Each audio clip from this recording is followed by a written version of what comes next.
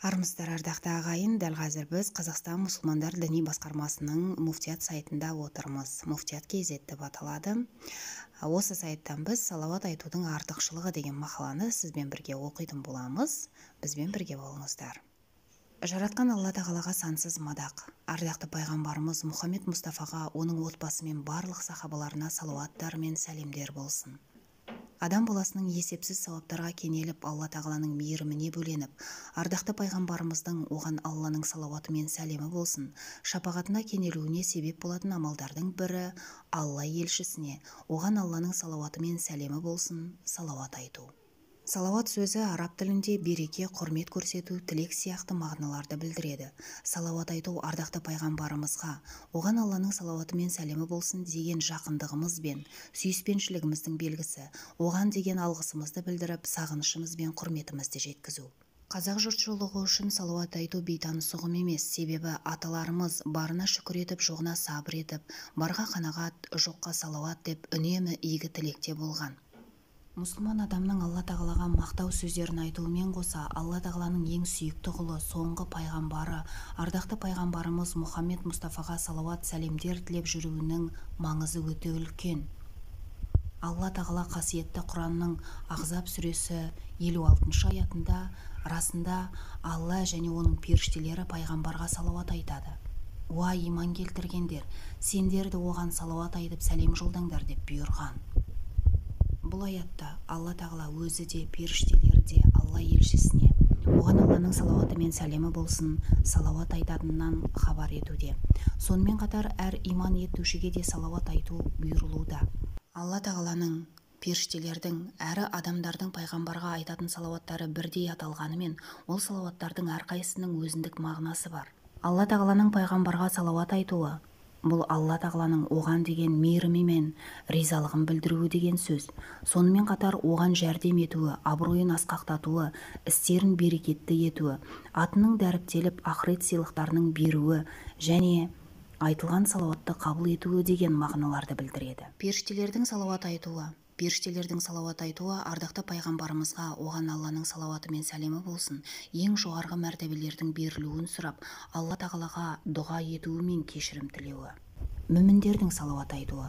Алла елшісін, оған Алланың салауаты мен сәлемі болсын, құрметтеп, ол үшін дұға ету деген сөз. Ғалымдарымыз жоғарыда келтірілген Ахзаб сүресі 56 аятында ардақты пайғамбарымызға ерекше дәреже берілгендігі баяндалып тұрғанын айтқан. Өйткені қасиетті Құранда адам пайғамбарға, оған Алланың сәлемі болсын, періштелердің сәжде еткені жайында аят бар. Бұл турасында қасиетті Құранның Бақара сүресі 34 аятында сол уақытта періштелерге адамға сәжде етіңдер дедік. Сонда олар дереу сәжде етті. Бірақ Ібліс бас тартып, дамдайсып қарсы келушілерден болды деп айтылған. Бұл аятта періштелердің адам пайғамбарға, оған Алланың сәлемі болсын, сәжде еткендігі турасында олар дереу сәжде етті деп өткен шақта айтылған. Ал ардақты пайғамбарымыз Мұхаммед Мұстафаға, оған Алланың салауаты мен сәлемі болсын, періштелердің салауат айтуы турасында айтылған Ахзаб сүресі 56 аятында және періштелер салауат айтады делініп, періштелердің салауаты осы шақта айтылып тұр. Бұл ардақты пайғамбарымызға деген періштелердің салауаты қияметке дейін тоқтамай жалғасып айтыла беретінін білдіреді.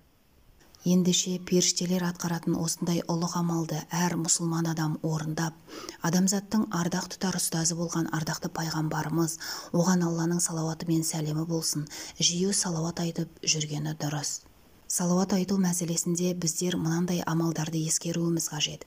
Бірінші, салауат айтудың сауабы мен артықшылықтары жөнінде білу.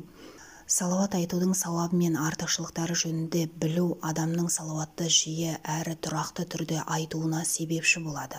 Ардақты пайғамбарымыз, оған Алланың салауаты мен сәлемі болсын, кім маған бір салауат айтса, Алла тағала оған 10 салауат айтады деген имам Муслим. Бір күні Алла елшісінің, оған Алланың салауаты мен сәлемі болсын, жүзінен қуаныш байқалады. Сол кезде сахабалары, уа Алланың елшісі, жүзіңізден қуаныш байқап тұрмыз дейді. Сонда ардақты пайғамбарымыз, оған Алланың салауаты мен сәлемі болсын, маған періште келіп: «Уа Мұхаммед, Раббың үмбетіңнен саған біреу бір мәрте салауат айтса, мен оған 10 салауат айтамын. Үмбетіңнен саған біреу бір мәрте сәлем жолдаса, мен оған 10 сәлем жолдаймын. Осыған разы боласың ба?» деді. Мен әрине разы боламын деп жауап бердім деген. Тағы бір хадис шәріпте Алла елшісі, оған Алланың салауаты мен сәлемі болсын, кім маған бір салауат айтса, оған Алла 10 салауат айтады және оның қателігін кешіреді, әрі оның дәрежесін 10 есеге көтереді деп айтылған. Имам Насаи. Салауат айтудың артықшылығы мен сауабы жайында бұдан да өзге хадистерде көптеп айтылған. Бұл хадистердің барлығы салауат айтуға, адамның немқұрайлық танытуға болмайтындығын, салауатты жиі айту Раббымыздың разылығына, ардақты пайғамбарымыздың, оған Алланың салауаты мен сәлемі болсын, шапағатына кенелуімізге себепші болатындығын көрсетеді. Сол себепті де салауат айтуға бұрынғы өткен ізгі адамдар мен ғалымдарымыз арнайы уақыт белгілейтін болған. Хазіретті Әбу Бәкір, Алла оған разы болсын, Алла елшісіне, оған Алланың салауаты мен сәлемі болсын, шынайы ықыласпен салауат айту күнәларды судың кірді кетіретіннен де артық жойып жібереді. Алла тағалаға мақтау айтып, ардақты пайғамбарымызға салауат айту жомарттық танытып, қолыңдағы дүниені таратқаннан әлдеқайда жақсырақ деген. Қисса. Алла елшісі, оған Алланың салауаты мен сәлемі болсын, мінбердің бірінші баспалдағынан шығып бара жатып, әмин деп айтады. Екінші баспалдағына шығарда тағы да әмин дейді. Үшінші баспалдағына аяғын қойып тұрып тағы да әмин деген сөзді айтады. Бұған куә болып тұрған сахабалар ардақты пайғамбарымыздың, оған Алланың салауаты мен сәлемі болсын, 3 мәрте әмин сөзін айтуының мәнісін түсінбей, «Уа Алланың елшісі, мінберге шығарда неліктен 3 мәрте әмин деп айттыңыз?» деп сұрақ қояды. Сонда Алла елшісі, оған Алланың салауаты мен сәлемі болсын, мінберге шығарда Жибрейіл періште жаныма келді де кім Рамазан айына жетіп кешірімге ие бола алмай өмірден өтсе, Алла оны мейірімінен алыстатсын деді. Осы кезде мен әмин дедім. Екінші баспалдаққа аяқ басқанымда кімнің қарт ата-анасы болып, оған қызмет ету арқылы Алла тағаланың разылығына кенелуді көздемесе, Алла оны мейірімнен алыстатсын деді. Мен де әмин дедім. Ал үшінші баспалдаққа аяқ басқанымда кім сенің есімің аталғанда салауат айтпаса, Алла оны мейірімнен алыстатсын деді. Мен тағы да әмин дедім деп жауап береді. Екінші, салауатты жиі айту. Мұсылман адамның Алла елшісіне, оған Алланың салауаты мен сәлемі болсын, өмірде бір мәрте салауат айтуы уәжіп. Ал жалпы алғанда салауат мұстахаб амалға жатады. Ардақты пайғамбарымыз, оған Алланың салауаты мен сәлемі болсын, хадисінде: «Сараң адам, менің атым аталғанда маған салауат айтпаған адам» деген имам Термизи. Бірде Алла елшісі, оған Алланың салауаты мен сәлемі болсын, қызы Фатимадан: «Алла оған разы болсын, адамдардың ең сараңы кім деп ойлайсың?» деп сұрайды. Фатима анамыз: «Алла тағала нәсіп еткен дәулеттен садақа бермейтін адамды ең сараң деуге болар» дейді. Сол кезде ардақты пайғамбарымыз, оған Алланың салауаты мен сәлемі болсын: «Жоқ, менің атым аталған жерде маған салауат айтпағандар нағыз сараңдар» деген. Ардақты пайғамбарымыздың есімі аталғанда салауат айтумен қатар, есімі қағаз бетіне жазылған уақытта да салауат сөздерін жазуы қажет. Салауатты адам баласы намазда, қажылықта, Құран оқығанда, бір жиында сөз бастағанда, сөзін аяқтағанда, мешітке барғанда, қатты күйзелгенде, Алладан кешірім сұрағанда, үйге кірерде, бір нәрсені ұмытып есіне түсіре алмағанда, ұйықтағанда, ашуланғанда, өмірдің қай жағдайында болса да айтқаны дұрыс. Алла елшісіне, оған Алланың салауаты мен сәлемі болсын, салауат айтуымыз ардақты пайғамбарымыздың бізге мұқтаждығын білдірмейді.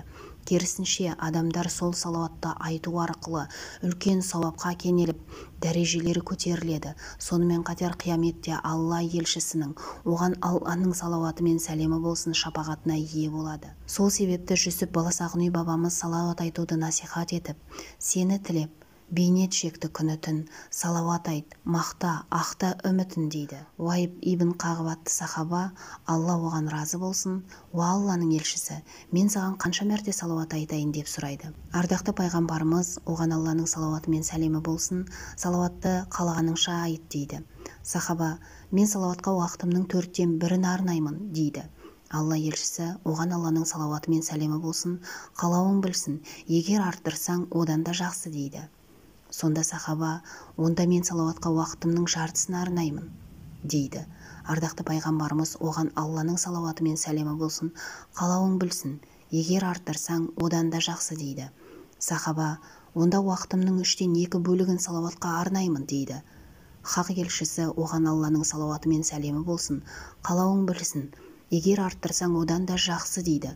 Сахаба: онда мен әрдайым салауат айтатын боламын дейді. Сонда Алланың елшісі: оған Алланың салауаты мен сәлемі болсын, осы амалың арқылы уайым атаулыдан құтыласың, әрі күнәларың кешірілетін болады дейді. Имам Тирмизи.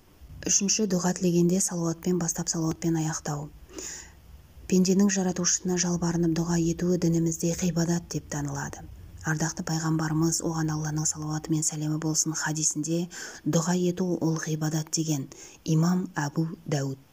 Дұғаны тілеумен қатар оның қабыл болуы үшін атқарылатын арнайы амалдар бар. Сол амалдардың бірі дұғаны Алла тағалаға мақтау мен пайғамбарға, оған Алланың салауаты мен сәлемі болсын, салауат айтумен бастау. Бірде Алла елшісі: оған Алланың салауаты мен сәлемі болсын, бір адамның Аллаға мақтаулар айтпай және пайғамбарға, оған Алланың салауаты мен сәлемі болсын, салауат айтпастан дұға жасап жатқанын естіп, мына адам асығып жатыр дейді. Сосын ол адамды өзіне шақырып алып: сендерден кім Алладан дұға тілемекші болса, онда мінсіз болған Раббысына мақтаулар айтудан бастап, сосын пайғамбарға, оған Алланың салауаты мен сәлемі болсын, салауат айтсын. Содан кейін не сұрағысы келсе де сұрай берсін деп насихат айтады. Имам Тирмизи. Дұға етуші адамның дұғасының соңында да Алла тағалаға мақтау, пайғамбарға, оған Алланың салауаты мен сәлемі болсын, салауат айтқаны жөн.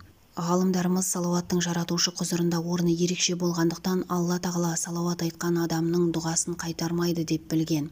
Хазіреті Омар, Алла оған разы болсын, маған мынандай хабар жетті: жасаған дұғалар жер мен аспанның арасында қалады. Ол дұғалар пайғамбарға салауат айтумен ғана көтеріледі деген. Ибн Масғуд, Алла оған разы болсын, сендердің бірің Алла тағаладан сұрайтын дұғасы болса, оған лайықты түрде мадақ айтудан бастасын. Сосын пайғамбарға, оған Алланың салауаты мен сәлемі болсын, салауат айтып барып тілесін. Себебі осылай істеу арқылы дұға қабыл етілуге жақынырақ деген. Ибн Ато, Алла оны мейіріміне білесін, дұғаның қабыл болуы үшін оның негізгі қанаты, себебі және уақыты бар дегенін ескеру керек. Дұға негізімен түйіссе күшейеді, қанатына сай келсе аспанға ұшады, уақытына сәйкес келсе ұтады, ал себебі орындалса қабыл етіледі.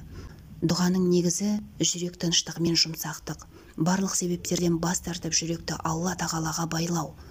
Қанаты шынайылық, уақыты сәресі. Қабыл болу себебі ардақты пайғамбарымызға салауат айту деген. Қисса. Алла елшісі, оған Алланың салауаты мен сәлемі болсын, дінді жаю және үйрету мақсатында маңайындағы тайпаларға ұстаз жіберетін еді. Бірақ кейбір жіберген ұстаздарға қиянат жасалған болатын. Осындай жағдайдың бірі Рәжи оқиғасында болған. Адал мен Қария тайпалары Алла елшісінен, оған Алланың салауаты мен сәлемі болсын, исламды үйрену үшін ұстаз сұрайды. Ардақты пайғамбарымыз, оған Алланың салауаты мен сәлемі болсын, 10 адамнан құралған өкіл жібереді. Бұлар Рәжи деген жерге барғанда дін жаулары оларды тұзаққа түсіріп, 8-ін шейіт етеді де 2-ін тұтқынға алып, меккелік мүшриктерге табыс етеді. Тұтқындалған сахабалар Зәйд пен Хубайб, Алла оған разы болсын еді. Екеуі де залымдардың қолынан қаза табады. Өлтірер алдында Зәйдтен: өміріңді құтқару үшін сенің орныңда пайғамбарыңның болғанын қалар ма едің деп сұрайды. Сонда Зәйд: Алла оған разы болсын, пайғамбарымның осы жерде болғанын қалау бұлай тұрсын, оның аяғына тікен кіргеніне де көңілім әсте разы болмайды дейді. Ол екеуіне діндерінен бас тартатын болса, азаптан құтылатындықтары айтылады. Бірақ екеуінен де бүкіл дүниені берсеңдер де дінімнен қайтпаймын деген жауап естиді. Хубайбтың шейіт етілмес бұрын бір ғана қалауы бар еді. Ол ардақты пайғамбарға сүйіспеншілікпен сәлем жолдау болатын. Бірақ кімнен сәлем жолдасын, қасында сәлемін жеткізіп барар ешбір мұсылман жоқ еді. Сонда ол ақтық демі шықпас бұрын аспанға қарап: уа Аллам, бұл жерде сүйікті пайғамбарыма сәлеміңді жеткізетін ешкім жоқ. оған сәлемімді сен жеткізе көр, деп дауыстайды. Сол кезде Мәдинада сахабалармен бірге отырған Алла елшісі, оған Алланың салауаты мен сәлемі болсын, оған да сәлем болсын дейді. Сахабалары таңданып, уа Алланың елшісі, кімнің сәлемін алдыңыз, деп сұрайды. Ардақты пайғамбарымыз, оған Алланың салауаты мен сәлемі болсын, бауырларың Хубайбтың сәлемін, деп жауап қатады. Ақыры дін жаулары бұл екі сахабаны да қатты азаптап өлтіреді. Қадірменді жамағат, салауат сөздерін жиі айту арқылы адам баласы көп сауапқа кенеліп, Алла елшісіне, оған Алланың салауаты мен сәлемі болсын, ең жақын адамдардан болады. Ол турасында ардақты пайғамбарымыз, оған Алланың салауаты мен сәлемі болсын хадисінде, қияметте маған ең жақын адам, маған көп салауат айтқан адам деген имам Тирмизи. Алла тағала баршамызды ардақты пайғамбарымызға, оған Алланың салауаты мен сәлемі болсын, салауат айтушылардан етіп, қасиетті жұма күні дұға тілегімізді қабыл еткей.